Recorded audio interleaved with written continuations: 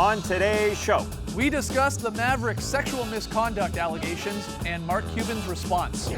Looking back at All-Star Weekend, we examine if the new draft format fixed Sunday's game. And in Crossfire, we debate whether the Warriors are beatable or just bored. It's Wednesday, February 21st. The starter starts now.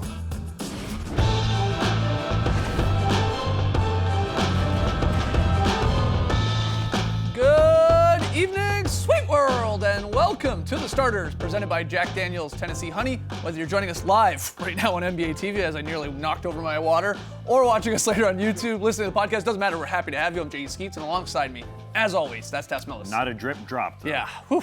To his right, the international man of mystery, taking it to the max, Lee Ellis. Friends. Lily. And, well, to his right, it is the bearded one. It's Trey Kirby. Hey-o! Hey, yo! Shout out to everyone joining us again. Nice to be back from All-Star Weekend in LA, back here in Atlanta. We're actually going to revisit some of the best and Fergie moments from All-Star 2018. Trey and I will go head-to-head in Crossfire, and Pop is saying he wouldn't be surprised if Kawhi Leonard doesn't return this season. So we'll get to that later in the show. But first, from very, very serious news here. Last night, Sports Illustrated dropped a detailed account of internal sexual harassment reported against a number of Dallas Mavericks male executives and employees, including former team president and CEO Turdima Ussery. Now, Ussery spent 18 years with the Mavs before going to Under Armour in 2015, where he has since resigned amidst similar accusations. Now, SI Report also said that team website writer Earl K. Snead was twice accused of domestic assault while working for the Mavericks. He has since been fired, and just today, Mavs owner Mark Cuban said he was solely responsible for the decision to keep Snead, telling ESPN that it was a horrible mistake in hindsight. Cuban went on to tell ESPN, quote, "I want to be clear. I'm not putting the blame on anybody else. It came down to my final decision that I made.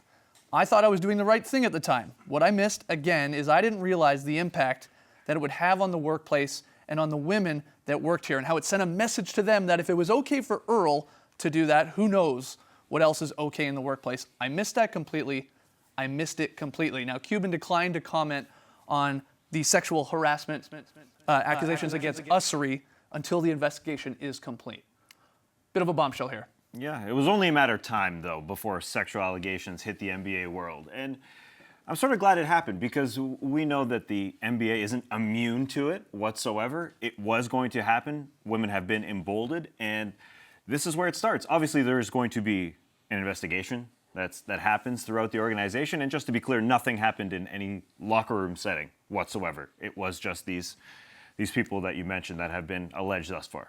Mark Cuban's got some explaining to do, though, because his story has changed a little bit already in the sort of 12 to 24 hours since his story's come out, sort of claiming he didn't really know what was going on.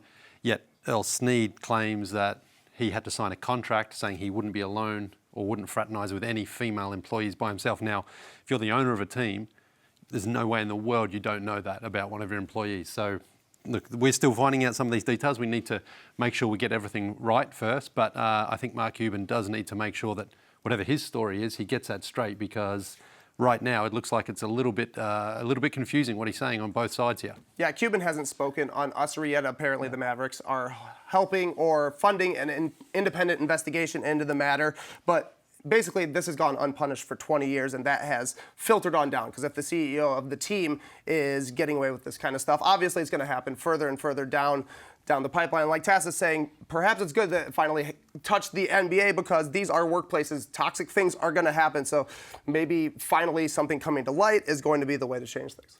Yeah, and if Earl Snead was put into his contract that he was allowed to work under conditions where he had to have a chaperone if another woman was around, I mean, wouldn't you think that Ussery, the CEO of the company, had these things happen to him, he'd be allowed to continue to work there as well? You know, it would only sort of make sense that if you know about a Mavs.com writer, in Earl K. Snead, that Mark Cuban would know about more things higher up, right? I mean, it seems... That's what the questions people are asking. Yeah. What did Cuban know? When did he know it? And then ultimately, maybe once this investigation occurs and happens and is completed, what does the NBA and Commissioner Silver do about it? Mm-hmm. Yeah. That's what we're ultimately going to get to here with Cuban and the Mavs organization as a whole. Yeah. People comparing it to Donald Sterling already, I think, are going a little bit overboard. Donald Sterling was racist, is still racist, I'm sure. And Mark Cuban was not involved in any of these sexual allegations, unlike Donald Sterling. I mean, that is a jump to conclusion. But if he knew about them, though. Yeah, like, but they're different. Of course, Yeah. there's a punishment to be had. Yeah. But I mean, comparing the two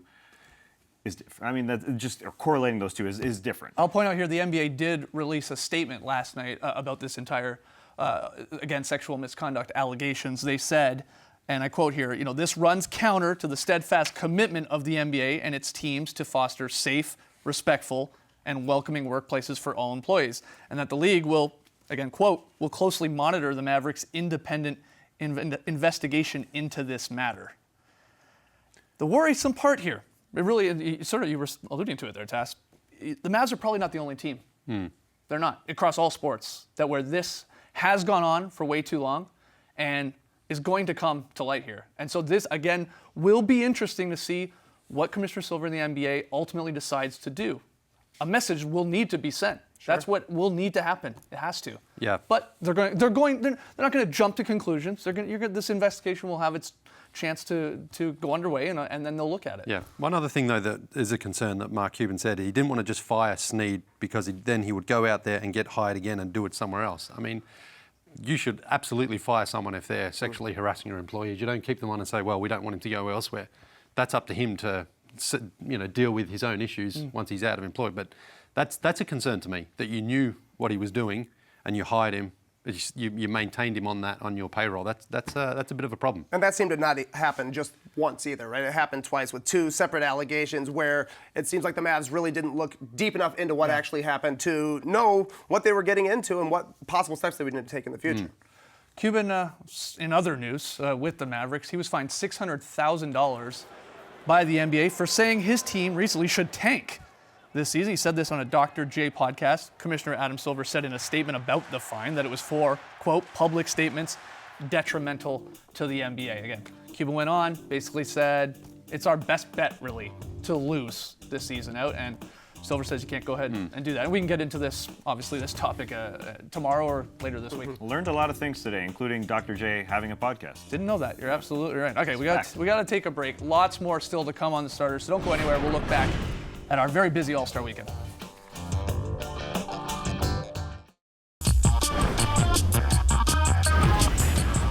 The Starters is brought to you by Jack Daniel's Tennessee Honey, official partner of the NBA. Welcome back to the starters, where it's time for a little true or false All-Star recap edition. Trey, you got the questions. That's right, Skeets. We had ourselves a game out in Los Angeles this past weekend as the final score of the All-Star game stayed in the 140s, came down to the very last possession, and ended with LeBron James and Kevin Durant trapping Stephen Curry. It's hard to disagree with three of the best players in the league, all MVPs, going at it to decide things, but true or false, the new draft format fixed the All-Star game. I think that's false. I think what fixed the All-Star game, because I do believe it is fixed for the time being, is the insistence of the best players in the world saying, our fans deserve a better game.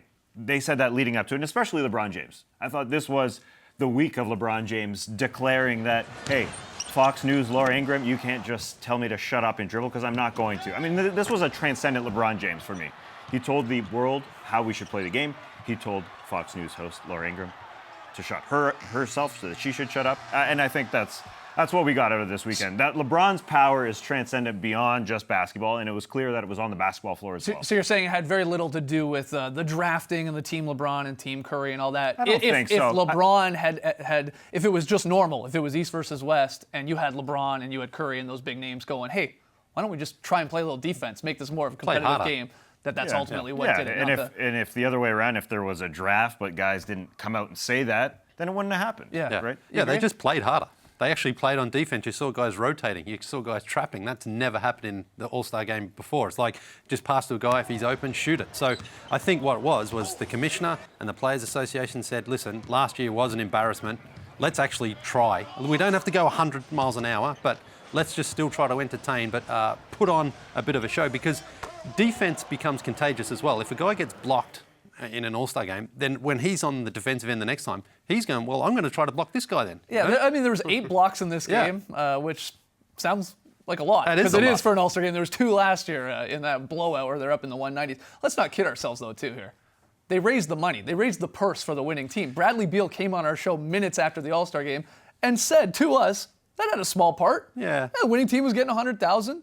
It was a bump up from 50,000 prior. I mean, I know these guys are millionaires, but That shouldn't 50,000 be- more dollars yeah. is there. Why shouldn't that be? What are you talking about? Like these guys are all, most of them probably on $100 If I million gave you 20 more contracts. dollars on tonight's show, would you Yeah. ramp it up a little bit? Would you put the thumbs up a little sharper? Well, maybe. Yeah. Well, yeah, I'm saying, buddy. No, but that shouldn't be needed. That shouldn't be the Okay, incentive well, that I'm the not players. saying it hurts. Yeah, it should be like, listen, let's just go out there and just play a game, like a pickup game. That's what we want to see. Like it's like that 92 game in Barcelona, between the greatest game that was never televised. You just want to see these players going at each other, and they sort of did. So Yeah. it was good. And yeah, I think the league played this right as well. We were all upset that the draft wasn't televised, but Yeah. the league said, listen, I think the players might be a little sensitive to being selected. And now, post-game, because they kind of saw how it all worked out, they don't care. No. And now next year, they are going to televise Right. it. Yeah. So the question It is se- now. It seemed 99%. Yeah. It sure seems like they're going to televise. Yeah, it does seem very, very likely it's going to be televised. The question is, interesting to me now, is when do they do it? Is it on the TNT broadcasts, let's say on that Thursday leading up? Is it on Saturday night during the festivities, a break in between, the three-point contest and the dunk contest? Or do they do it just right before the game there? I think that's what a lot of people LeBron would said love. that, didn't he? Just line them Yeah. up right And just before. go bang, bang, bang, yeah. And get rid of the I like Kevin that. Hart intros and do that Yeah, instead. yeah. I mean, that would be a lot Yeah, more entertaining. guys will be their hottest, Yeah. They'll have to be there. They don't have to be there on Saturday or Thursday night. You'll see their faces. You'll get the close-up reactions. We will see. Oh, so, all right, next one, Trey. All right, after initially missing the cut, Donovan Mitchell replaced Aaron Gordon in the dunk contest, and then he went out and won the whole thing. We had off the glassers, we had tribute jerseys, and thankfully, no drones. Guys, not everyone was convinced this dunk contest was a success. So true or false, the dunk contest disappointed. I think it's false. I think it's false. I mean, it was good, not great, though. Yeah. But it's what disappointed. I mean, disappointed, what are you comparing it to? I mean, it disappointed if you're comparing it to Zach LaVine and Aaron Gordon Yeah. putting on a show for 2 years in a row. But did it disappoint if you compared it to last year's? No. Probably not. I think The some thing people is, think it it's better. started off well. That great dunk from Spider Mitchell off the second backboard. Nailed it the first time. Everyone's hyped. But that was immediately followed up by Victor Oladipo, unable to nail Yeah. one of his 3 dunks. So automatically it's like, back again. So you need to hook the crowd early on and then get everyone to nail their dunks on their first or second attempt. And then people get into it. But I but love most that we were, just I say would that. say. I love that we just say that, like, hey, Yeah. just do it on your first Yeah. go. These guys are trying to do that. I mean, we're, Yeah, like, we're I'll- so nonchalant about, like, oh, just do it on your first go next time. Right. They're trying to. 11 of the 12 dunks were either done on the first or second attempt. Okay. And I don't think it disappointed whatsoever. What do you want these guys to do? They went out there and they dunked. I thought the production was extremely on point. And that's the most concerning part to me. But I What do you mean by- do what do you care. mean by the that? second backboard that we just saw, Yeah. it was already out there. Larry Nance got out and did the quick change real quickly with Yeah, the help yeah. of the quick change guy. They kept it The going. Black Panther mask was available right there on set. Donovan Mitchell dunked over 3 guys in a heartbeat, and not just because it was Kevin Hart's short guys, but because it happened really quickly. The production was on point. We didn't have to wait hours, like Trey mentioned, for a drone to come out. Everything was done really quickly.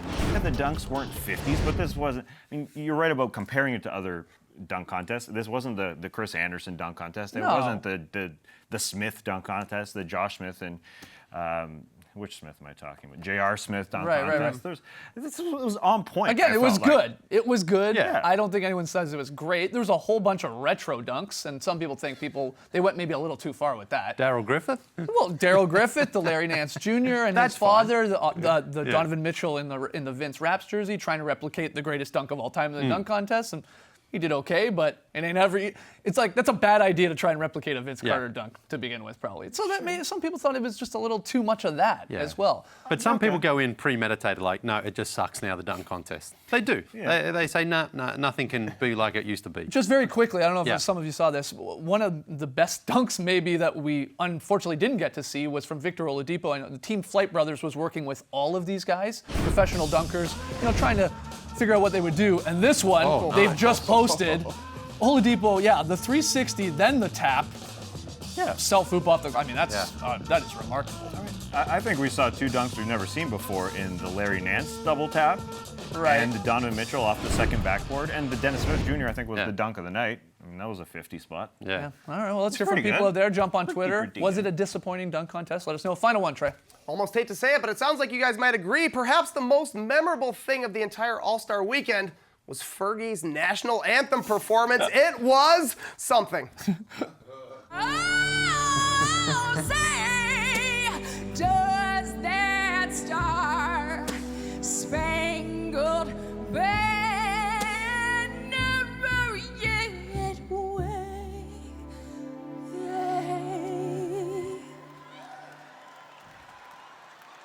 Let's play some basketball! True or false? Fergie's national anthem was underrated. Let's answer some questions. Underrated. Underrated. True, it was underrated. That's exactly right, Lee. We're going to remember this anthem for the rest of our time. There's no doubt about it. That's what you want. If you're going to do an anthem, you may as well make it If you're stand going to do out. it bad, do it very, very bad. Is that what you're saying? Yeah, I mean, it's just the anthem. Who cares? We don't need it before the All-Star game. Why didn't she just sing "Let's Get It Started" in here? She Kind of did again. Yeah, she sort of did. Let's play basketball. I love how we're trying to save it by yelling that out. I feel so bad for her because she came out and said I was just trying my best. Ah, well, great. As my man Daniel Tiger says, do your best. The best is the best for you. Shout out Danny T. Shout out Prince Have him sing Wednesday. it.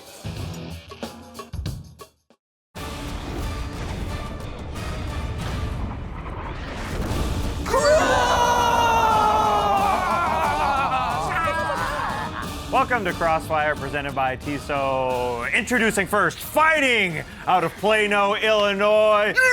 Go Reapers! He is tall, but his beard is taller. It's the challenger, Taco Trey Kirby, taking on the champion, fighting out of Stratford, Ontario, Canada. The biggest thing out of Stratford since Justin Drew Bieber. It's Justin Everett Skeets. All right, the rules: no eye gouging, no hitting below the belt, and of course, no Skip Baylessing. All right, round number one.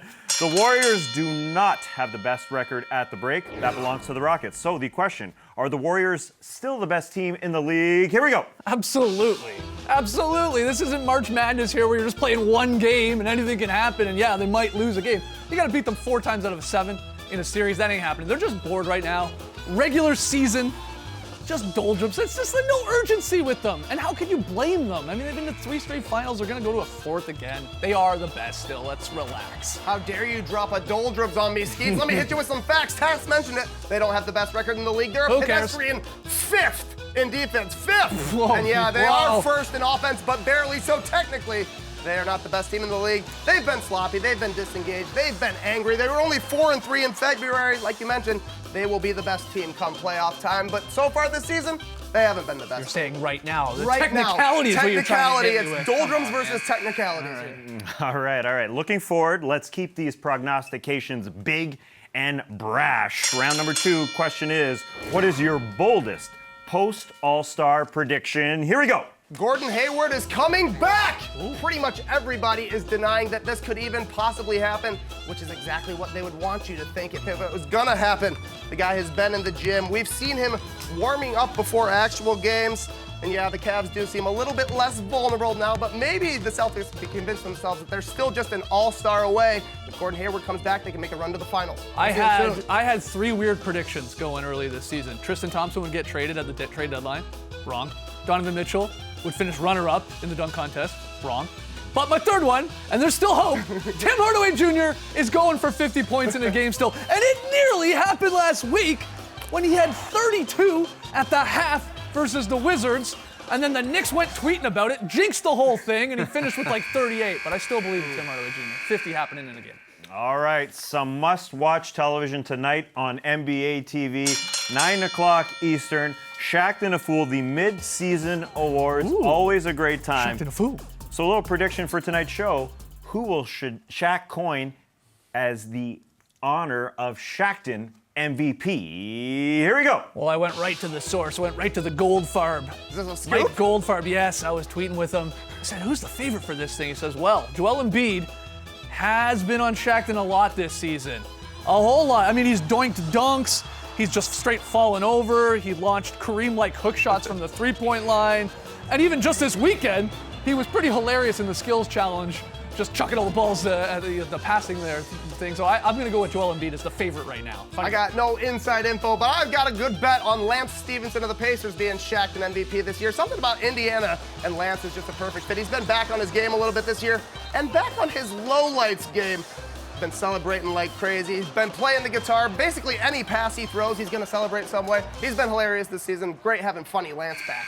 Fantastic battle, guys. It's great to be back post All-Star weekend, but the winner from Plano, Illinois. Yeah, baby! Reaper Nation, this one's for you. This one's for you, Nick Nasty. This one's for you, Vic Mendez. Shout out to Clinton Crow, Eric Wilt, Aaron Snyder, Coach Chernick, Coach Green, Coach McNamara.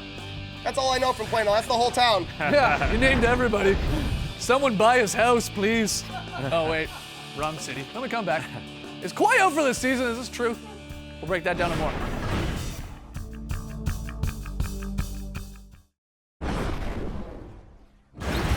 We had to play in a shopping center because there was nowhere else big enough to seat 1,000 people and play a game.